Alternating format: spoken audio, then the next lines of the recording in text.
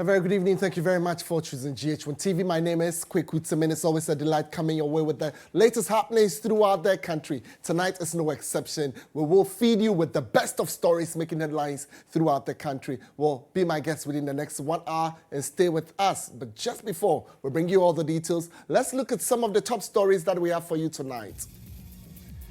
In the next 60 minutes, Minority sends an open invitation to Vice President Dr. Mahmoud Bawumia for a debate on the mid-year budget review. Well,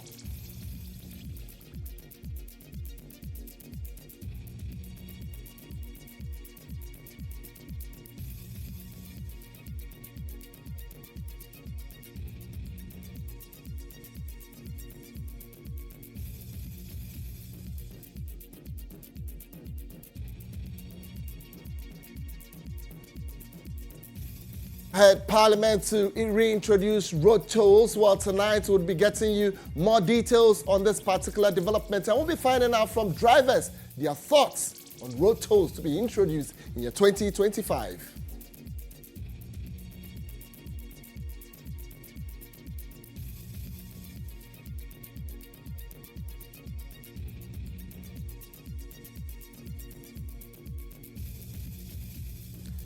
Well, also coming up, tears flow at Nsawam prisons as 12 remand prisoners freed under the Justice for All program.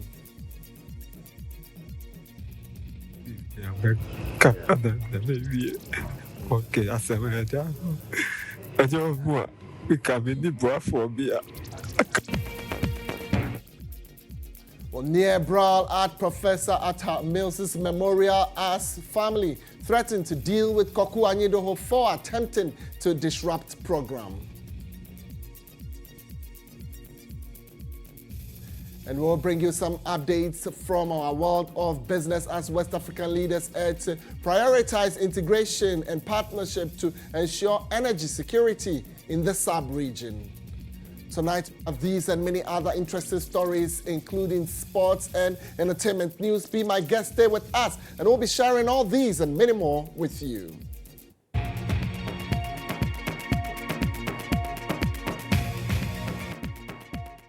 My name is Kweku. Thank you very much for choosing GHOne TV. Tonight, we start with Insight, and Insight is proudly brought to you by Pepsodent. With Pepsodent, every smile matters.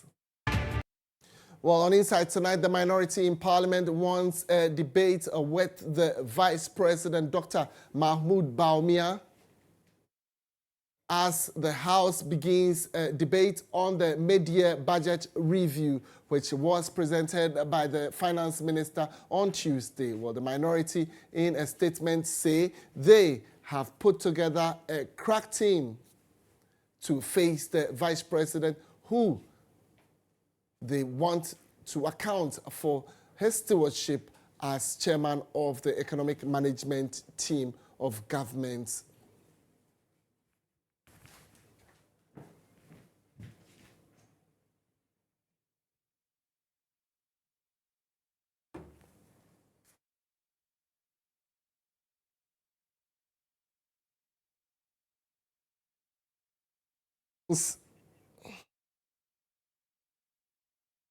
All right, so in a while we'll get on the phone lines and interact with Kofi Tonto. He is an aide to the Vice President who doubles as the flag bearer of the governing MPP. We will be finding out if really they would be responding to this open invitation. So, Kofi, thank you very much for joining me tonight. Delight having you on our network. Let me find out from you. I'm sure you have seen the statement from the minority. I just want to find out from you tonight, will your boss be honoring their invitation to debate the mid-year budget review?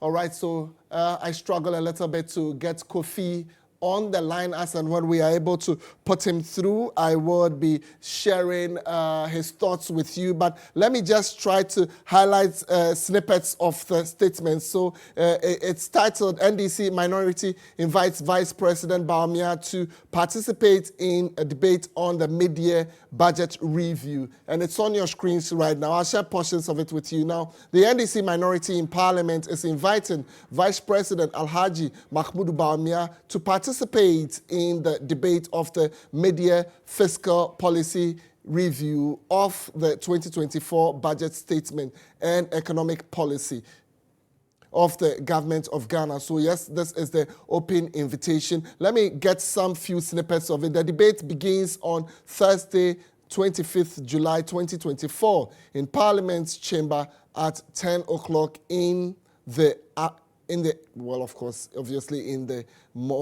forenoon. So the minority is extending this public invitation to the Vice President, given his role as chairman of the economic management team of the government. So yes, we would want to find out in this bulletin or in our subsequent bulletin if indeed the Vice President would want to honor this invitation. All right, so the aide of the NDC flag bearer, John Dramani Mahama, that's Joyce Bawumia, has dispelled assertions made by his opponents in the 7th December general elections at Dr. Mahmoud Bawumia that the former president is afraid of engaging him in a debate. Well, according to Joyce Muktari, the party is ready to have a debate with the flag bearer of the governing NPP if they are properly consulted. Well, she spoke in an exclusive interview with GHOne TV and Star FM. I think that the release did not even refer or even criticize, even passing, just passively, the fact that they had declined in 2016 and declined in 2020. So please, I think that nothing happened. I am not actually indicating whether or not it's about the IEA. I'm just saying that one, we didn't like the approach. Secondly, I think that it was wrong. Thirdly, I think it sought to actually give the impression that they were actually aligned with our opponent. And I think I said so very clearly. And they didn't deny any of that in their response to us this morning. So I think that the IEA accepts that there's a certain order, that since it's a convention, there's a certain conversation that should also have taken place, which had not taken place. And I think they admit that fact, which is fine.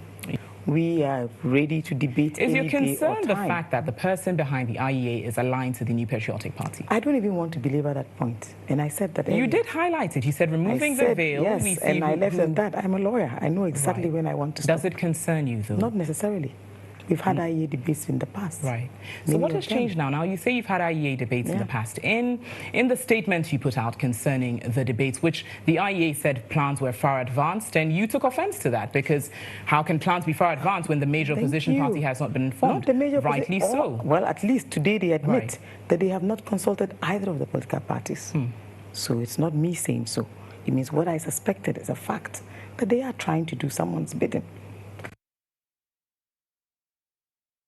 All right, so you can join us on our social media platforms. Let us know if indeed you think this debate is going to come off or you think the NDC should respond. Well, we will be highlighting on your thoughts and sharing with our viewers in our subsequent bulletin. But yes, that's the end of Insight for this evening. But we're not done with the bulletin. We're coming back shortly with some more. However, we want to thank Pepsodent for making it possible for us to bring you Insight tonight.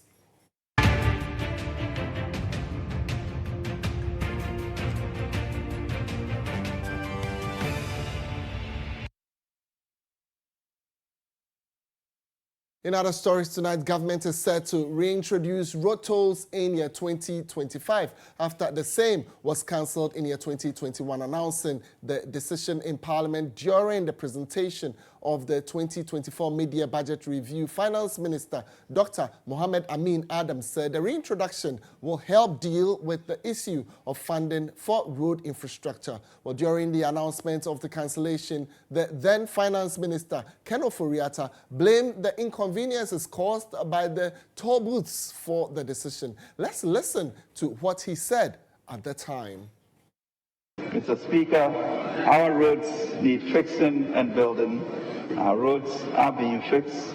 It is true that more roads have been fixed, and are being fixed over the last 5 years than any relative period in the entire history of our nation. We even want to do a lot more, and this budget will cater for this. That is why for decades, governments after governments imposed and maintained tolls on some public roads to raise funds for road construction and maintenance. This is the situation in many countries. However, over the years, the tolling points have become unhealthy market centers, led to heavy traffic on our roads, lengthened travel time from one place to the other, and impacted negatively on productivity. The congestion generated at the tolling points, besides creating these inconveniences, also leads to pollution in and around the vicinities. To address these challenges, government has abolished all tolls, public roads, and bridges.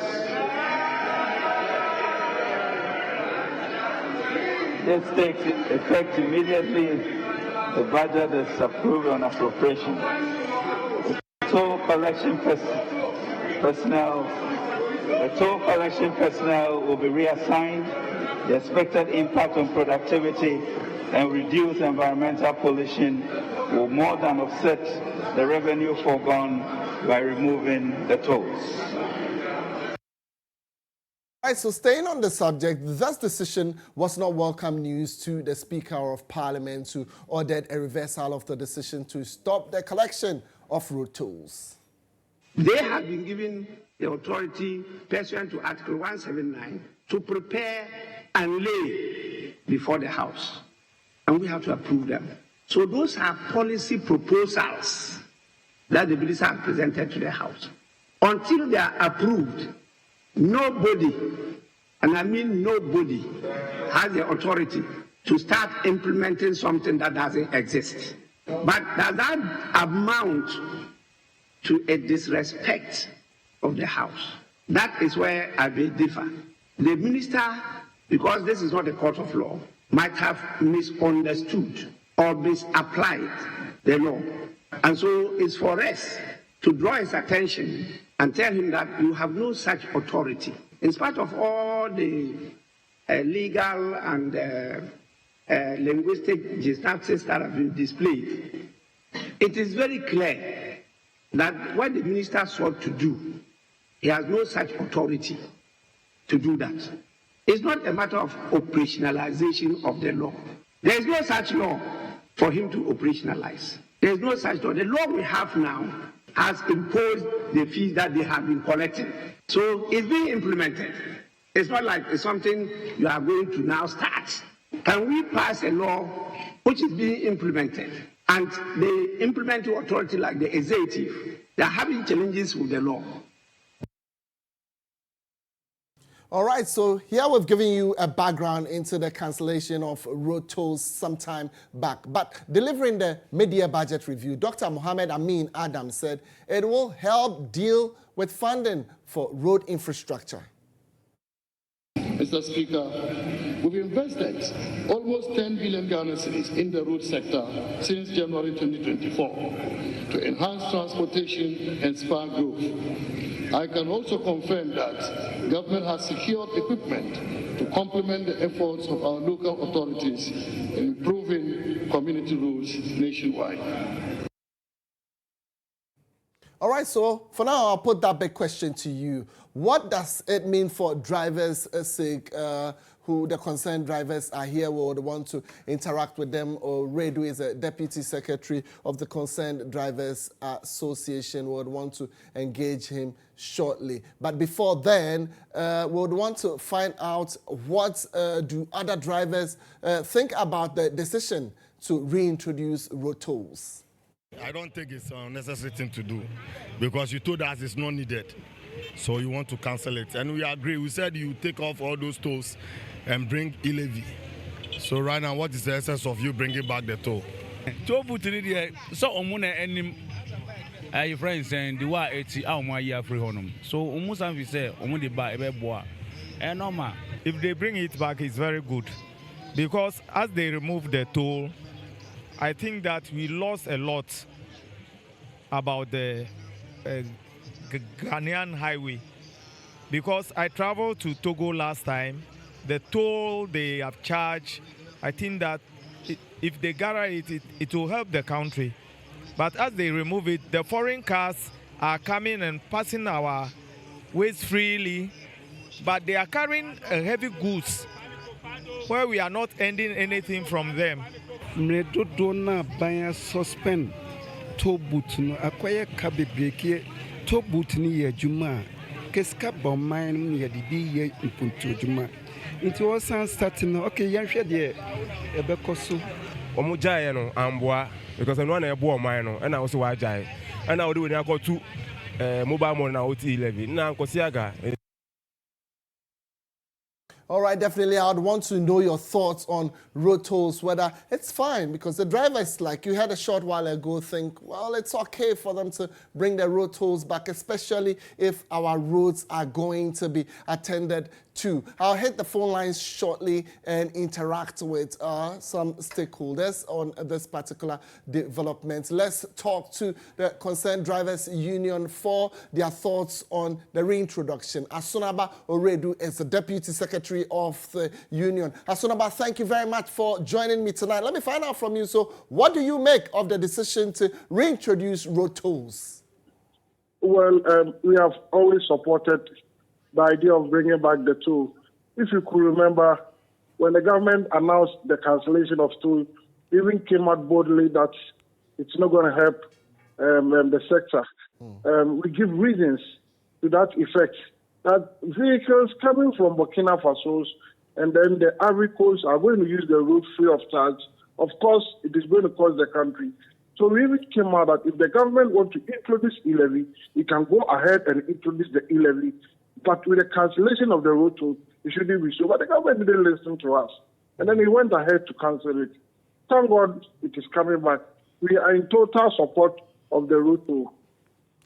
Asunaba, let me find out from you. So what is then realistic for you if charges are going to be slapped on? Maybe should it be within range? Should it be okay? Should they structure it such that foreign vehicles will pay more?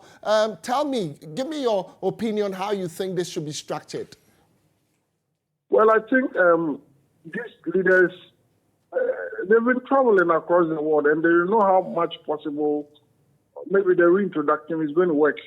I mean, we can have a road toll without, being in a traffic jam. Let me use Kaswa as a test case. Once I the Kaswa road toll, it has been causing a lot of traffic there.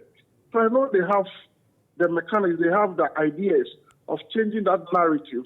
Introducing the biometric one, the electronic one, I think that one is even faster than the manual one. So if the government wants to reintroduce the tool, I think you should look at the biometric one and then expand the tool as well. Do you understand? In order to, reduce traffic for us. Let's look at the road tolls in itself. Would you say that, look, after taking the road tolls off some years back, the roads, our motorways, the major highways, it's seen a major deterioration? Can you confirm this? Yeah, it is true. It is true. In fact, the deplorable state of our roads, of our major roads now is quite alarming. And then I think the government should also step in ahead. I heard the finance minister that the country has poured almost 10 billion Ghana cedi on our roads. You can't see the work. They should show working. They should show working. Like you just said, the state of motorway now is quite disturbing. It is causing a lot of accidents on our roads. So I think the reintroduction of the toll is coming to work. The government should make it a plan to make sure that deplorable roads also, can meet the necessary maintenance. Asunaba, let me finally find out from you. Yes, it could be leadership being excited about this, but you have been interacting with your members. The drivers' unions, concerned drivers, probably when you have a general meeting with the GPRTU and other driver bodies. Are they all in support that at this point we should see the road tolls come back and we should see us paying realistic prices? Because then again, previously, one thing that came up was we were not paying the realistic price for it. 50 pesos, 20 pesos, amongst other things. Yes, like I said earlier on, during the time that they wanted to even cancel the road toll, we even come back, we even came out that at least if you want to adjust the price for us, we will pay it because we are law-abiding citizens and we want good roads. Do you understand? When you travel to the States and other developing countries, it is these taxes that they normally use to, prepare their roads for them. So we even came out that even if the government wants to adjust the price, it can adjust the price, you are going to pay. But I can confidently tell you that the transport operators or the commercial drivers are in total support of the reintroduction of the road tolls in this country. No one is against this agenda. Asunaba, I'm grateful for your time. If you have a word for the Minister of Finance, what would it be, especially from your members? Well, I think one major thing that we've been calling for is dualization of our roads. Because when we check the statistics, a lot of accidents are because of the dualization of our roads. So I think the government of the day should check that and then make sure at least we can get some few dualization in this country in order to prevent road accidents. Asunaba Oredu is the Deputy Secretary of Concerned Drivers Union. He joined me to speak to road tolls, and from his words, the drivers are in total support of road tolls coming back. Tonight, I'd want to find out from you, do you also agree that the road tolls should come back? And do you believe that the proceeds will go into the maintenance of Ghana's roads? We would want to hear from you. Join us on our social media platform, engage us, and we'll let the rest of the world hear your thoughts and your comments. Let me do a bit of politics before we move on to other stories. Now, Joyce Muktari has further punched holes into the credit scoring scheme policy announced by Dr. Bawumia, which would allow the youth to buy smartphones on high purchase and pay in installments with 1 cedi daily if he is elected president. We must all start to demand of our leaders, right? Accountability. Look at the campaigns in other jurisdictions. They campaign on issues. Can you imagine Kamala going to tell a group of people that she was going to offer them what? A mobile phone, and you pay 1 cedi every month. Really? You wouldn't dare come out a second time even to speak. I think that I love one thing about John Mahama's campaign so far. We are focused on the issues. Right. What matters? Cutting down the size of government to have 60 people working. How do you even talk about efficiency? How do you protect the public purse? How do you save the dollar from running as fast as it's doing? And where are all those people who were touting a certain West kid who today can even stand and have the audacity to tell us that what we need is what? A cedi per month to pay for a phone. Natalie, I'm sure MTN has many phones they can give out to the poor, and they do it through corporate social responsibility. MTN is building schools to augment what government does. They're doing a lot of things already. They don't need a vice president, for example, to tell us that he's giving us a phone for free. Really? Consumer credit. If you have no job, how do you access consumer credit? If you have no income, how do you do that? We all have credit cards. How do you get a credit card? You have to show that you've actually got a salary, that you can make the repayments. You know, look, times are changing. And I love the fact that we are becoming more discerning. Right, so I'll do more politics here, and here in an electrifying display of unity and resentment, members of the New Patriotic Party in the Sefiri constituency staged a protest against the Speaker of Parliament, Alban Sumana Kingsford Bagbin. Well, the protest was sparked by an incident in Parliament where the Speaker ejected Dr. Kweku, their Member of Parliament, from the chamber over what was described as rude comments.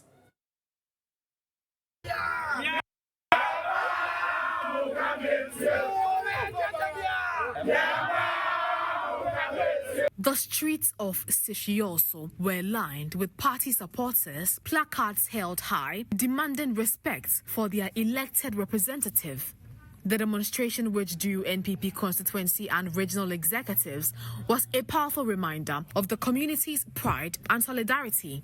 Because making a prejudicial comment on the floor of Parliament by the Speaker is unparliamentary. Since the standing orders eschewed and banned the Speaker from engaging in a debate on the floor of Parliament. The incidents that ignited the protest occurred in Parliament when Dr. Kweku allegedly made a comment deemed inappropriate by the Speaker. The situation escalated quickly, resulting in the MP's expulsion from the chamber. This action was perceived by the Sishiyoso constituents as not only a personal affront to their representative, but as an insult to the entire community. Because he has demeaned the office of the MP. Remember, the MP is the MP for Sishiyoso. Sishiyoso is the regional capital for Western North.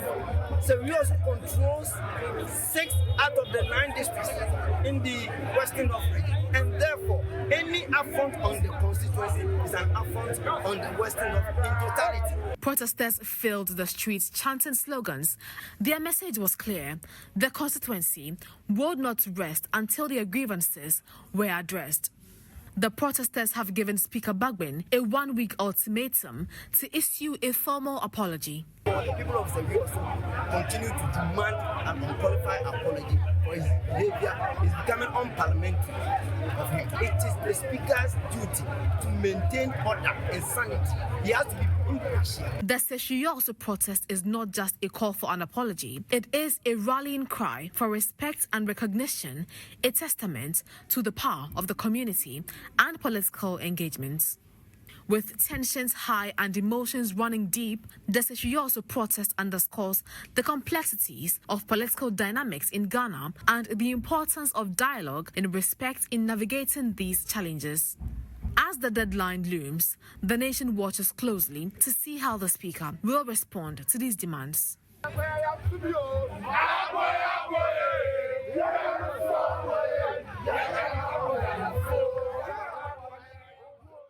Away from politics, let's bring you other stories here tonight on our local front as there were tears of joy at the Nsawam medium security prison as emotions got the better part of remand prisoners as 12 of them have been freed under the Justice for All program. Well, the imprisoned court session which bounced back following the COVID-19 pandemic, saw a total of 24 applications considered by the 2 courts on Wednesday at the Nsawam prisons. Well, the inmates who were freed were on remand, with some spending over 6 years without being taken to court for their fate to be determined. Well, EIB Network's legal affairs correspondent Mutala Enusa was at the prisons and he's filed this report.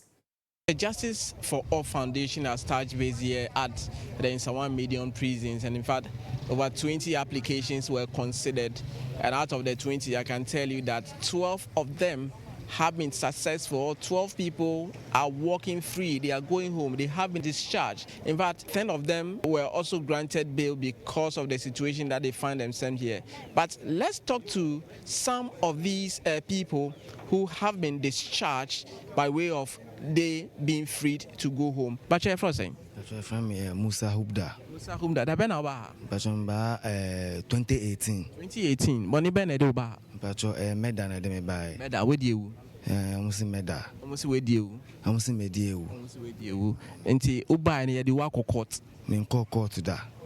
Since I do ba 2018 no court. Since I me dem ba fear me court da. The na ya no mo catch you. Omo nka hwenkyere me dem wa just ama ebe ma me bail me partners na ya jai omo ya jai omo best 4 years ni the Justice for All Foundation abaha exercise na about ya see jai omo ko fie ofa ne sen. Oh masa omo ba sa ba we so nkun de mami we ma try before me qualify ba we kire say me come fie ma nya me fan wodi me domasi ana me tin so me ni obia o kame I just Yakupon pe Yakupon on why mami and I made danasi so Tanasi bebe Yakupon Tanasi pa Ajodwa with the back Canada the baby okay I said ɛnyɛ ɔmo a meka me ni boafoɔ bi a aka ma me ne me papa akɔ meka me nim nea mama bi a wakɔ ne obi yɛ bibi bɔne so nti sɛna yɛde me aba akyɛ.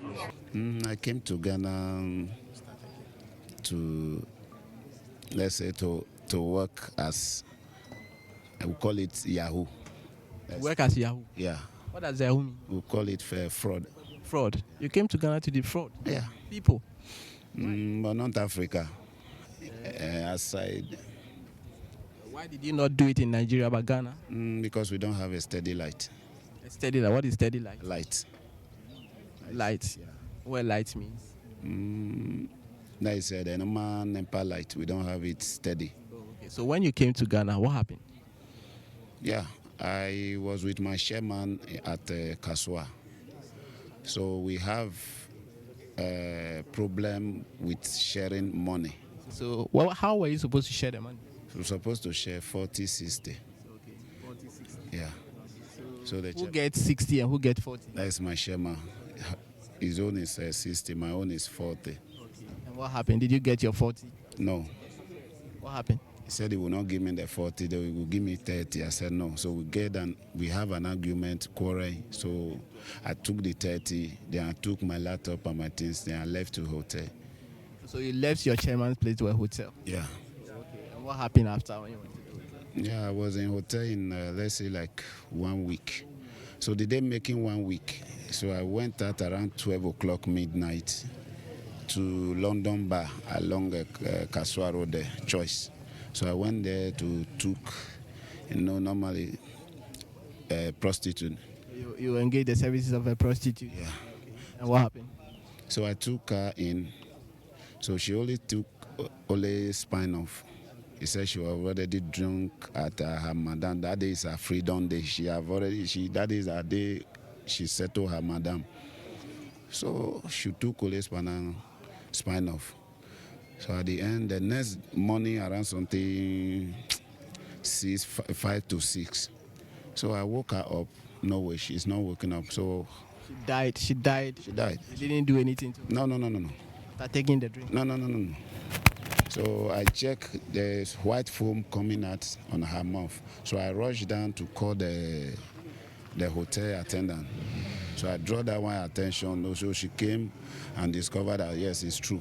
So she even helped me, took her to the bedroom to on the shower on her.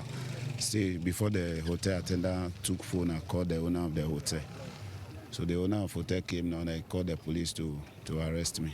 That was when you were brought in? Yes. Were you ever taken to court? No, since 2019 I came to court. I was remanded to prison.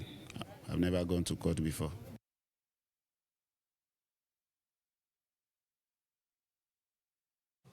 All right, so he came to Ghana to do Yahoo, but not Africa. So the question is who is being targeted. But he's on lease now to the public, so we see if he's reformed or not. Meanwhile, the co-supervising judge in charge of the Justice for All program, Justice Ifiasewa Asare-Botwe, has admonished investigators to be diligent in their line of duties and not leave vulnerable remand prisoners to languish in prison for years. Well, Justice Asare-Botwe, Justice of the Court of Appeal, was speaking to journalists after the Justice for All program touched base at the Nsawam prison on Wednesday, where some 12 inmates were freed. I'd like to now present the statistics for today's Justice for All sitting at Nsawam medium security prisons as follows. The total number of pretrial cases presented was 24. The number of bail applications granted was 10 out of 12, meaning that 2 were refused. The total number of pretrial prisoners discharged was 12. None was referred to psychiatric treatment. None of the cases was dismissed or struck out. So the total number of cases dealt with today by my able brother and sister were 24. We have again today witnessed the impact of the Justice for All program that has brought many vulnerable remand inmates who, as a result of lack of legal representation and other factors, could have spent years in prison without trial. From the court proceedings today, I can only admonish investigators to be diligent and not leave the vulnerable remand inmates to languish in prison for months and in some cases for years. I also wish to emphasize that by law, only judges and magistrates are authorized to renew and sign warrants for inmates. I urge the police and investigators to refrain from presenting remand warrants to court staff for renewal by officers without the accused person appearing before a judge. Justice for any individual is justice for all citizens. Again, on behalf of the judges, I thank the Honorable Lady Chief Justice, the Attorney General and Minister for Justice, as well as heads of other criminal justice institutions for this opportunity to serve the remand inmates at Nsawam prisons, especially those who have been discharged and granted bail, to reconcile with their families after being restricted in prison custody. All right, so if you're just joining in, this is News Tonight. My name is Kweku Temeng. We are on the local front. It's now time for us to bring you business. We want to salute Bill's Microcredit for making it possible, but that would be later on. As we take this break, we'll be back shortly with some more. Well, we want to say thank you to Bills for making it possible for us to bring you business. If you are looking for loans, turn to Bills Microcredit. In Business Tonight, ECOWAS leaders are being urged to prioritize regional integration and bilateral partnership in order to enhance energy security. Well, this is a proposal of Minister of State Designates at the Energy Ministry, Herbert Krapper, who spoke at the ECOWAS Regional Electricity Regulatory Forum. He wants leaders to shift more towards clean energy. Adoption by the heads of state of a master plan for the West African power pool for the period 2019 to 2033, strategies have been adopted to generate 16,000 megawatts and build 23,000 kilometers of transmission lines by 2033.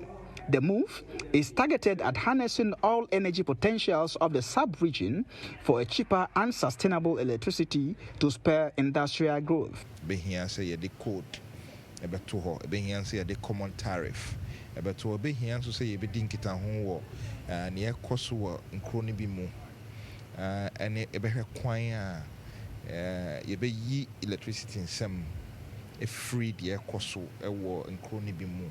Unim say in the Sahel region, no, tokwa ni governance ni coup d'etat sembi epiem wo ho, but electricity no de hu hia say mpuntuo ebetimi aba depending on regardless of the cost war sa amai ni nyina ka ho ani aba be hiem wo ha ne ya yedinkita ho na megidi say we dwumadi e bewie no ye benya ntiasie ewo kwan ye befa so ahwe sansemi kwan ye befa so ahwe se solar ni wind ni hydro ebeko electricity mix ni modudo. Chairman of the ECOWAS Regional Electricity Regulatory Authority, Kweku Tosu, who also spoke at the forum, said the pursuit of energy security requires a holistic approach that addresses geopolitical dynamics.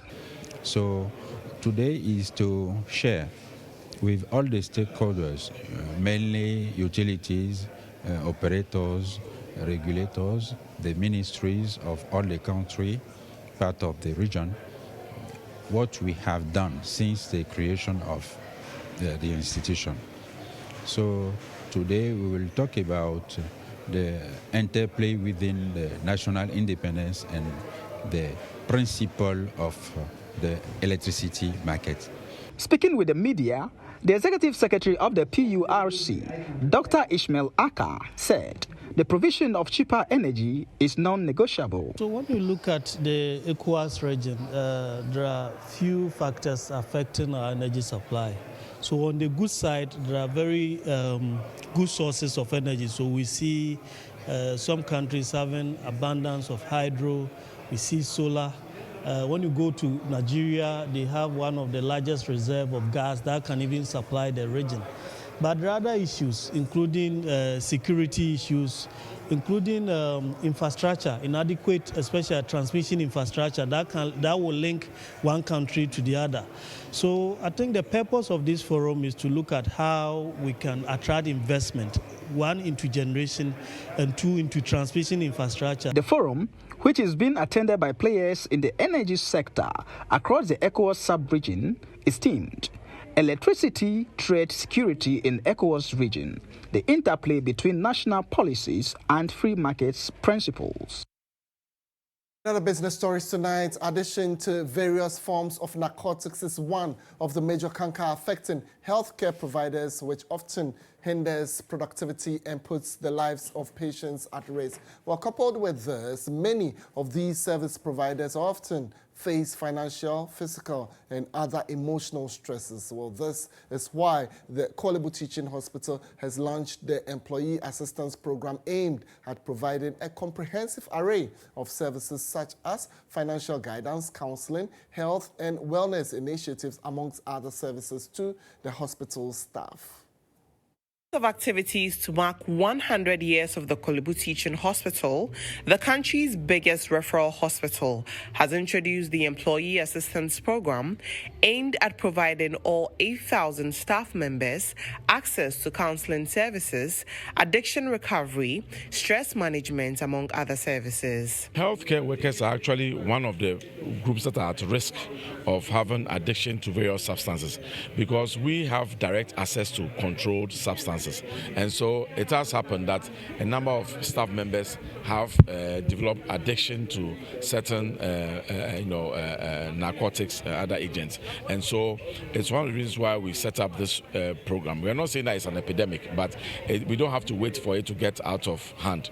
And we believe that every member of staff that is affected by this will result in a loss of productivity, and also there will be a potential danger to themselves and also to the patients that they serve.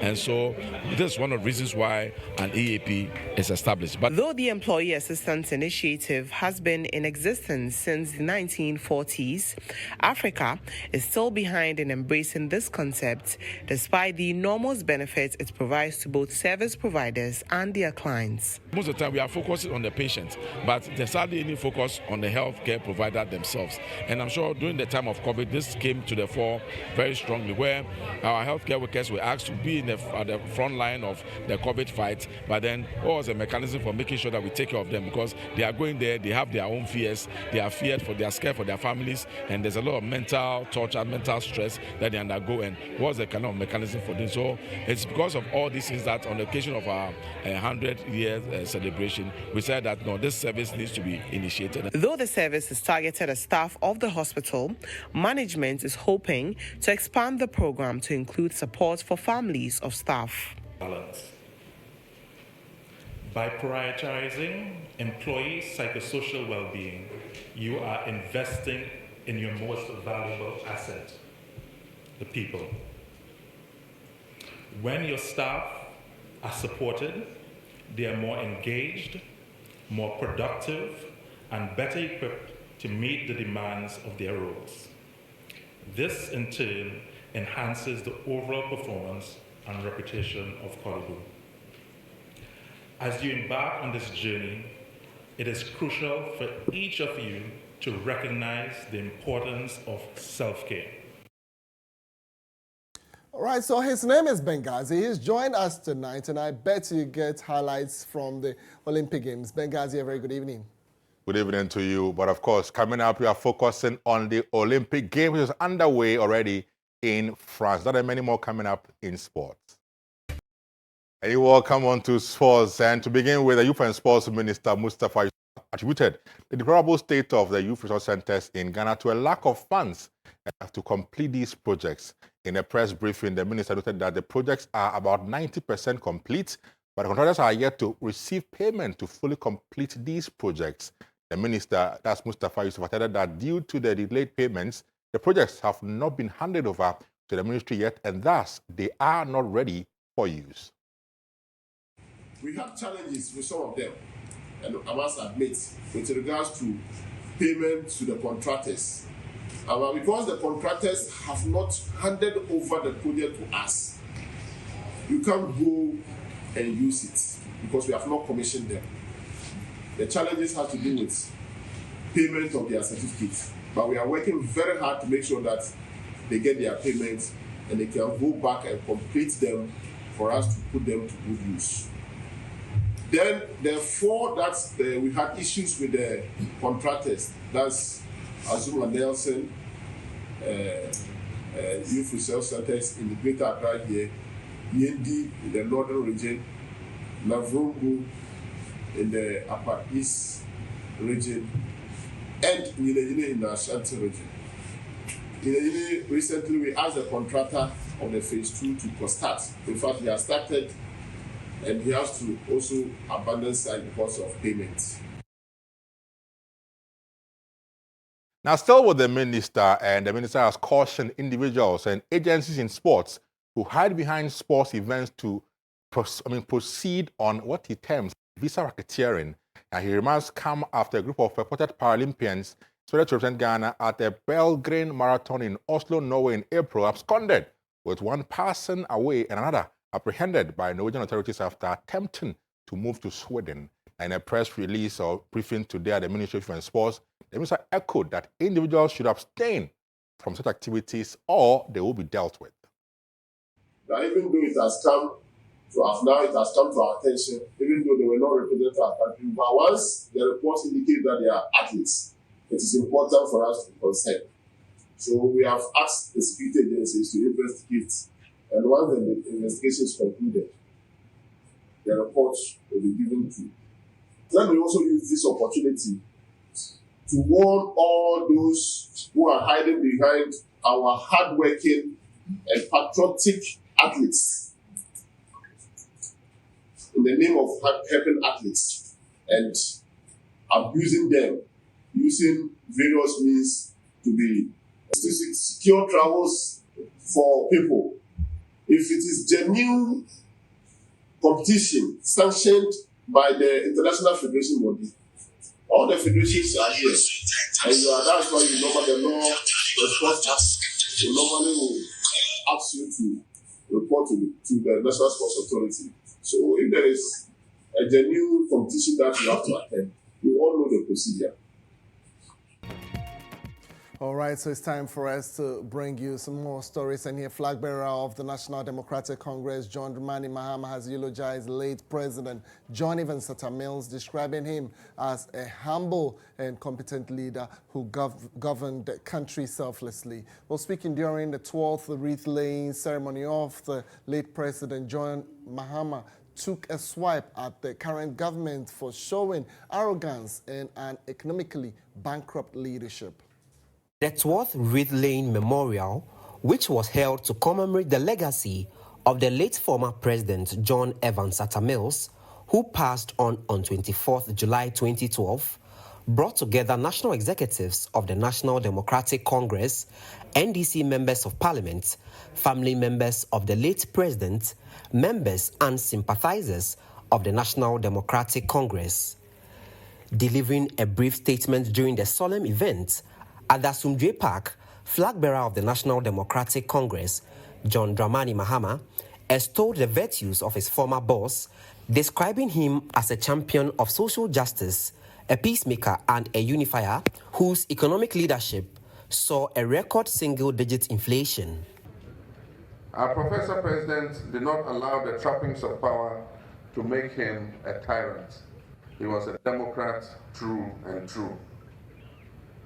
And as a steward managing the economy, his record remains phenomenal and unsurpassed in the Fourth Republic.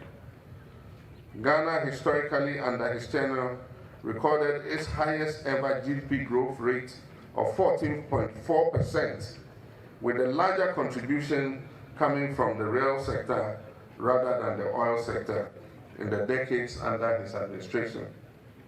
Addressing an incident that occurred before the wreath-laying event, where the dismissed former Deputy General Secretary of the NDC, Kweku, overran his scheduled time, delaying the second NDC event at the venue, sister of late President Mills, Mercy Araba Ahima Kwashi described the incident as ugly and disgusting, warning that the family would deal with Kweku Anyideho. She insisted that persons at the earlier ceremony were not their relatives.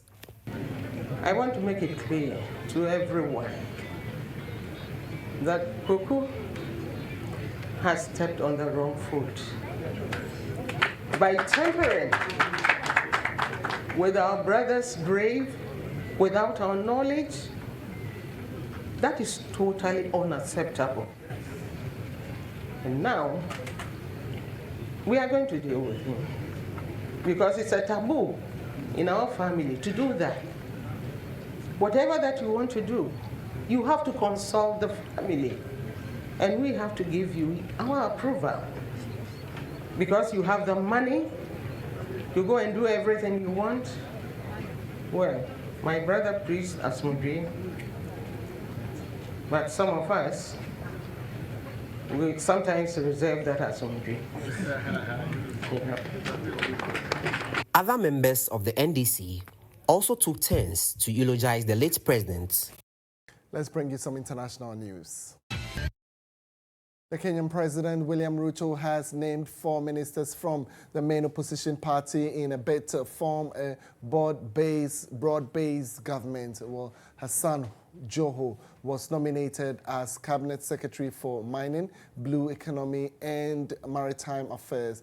Wycliffe Oparanya was designated as Cabinet Secretary for Cooperatives, John Mbadi at the National Treasury Ministry, and Opiyu Wangai at Energy. The 4 politicians were part of the batch of 10 nominees. Well, on behalf of the entire production team tonight, we would want to salute you and urge you to call your family together. Ensure you brush with Pepsodent. My name is Kweku Temeng. Enjoy the rest of your evening.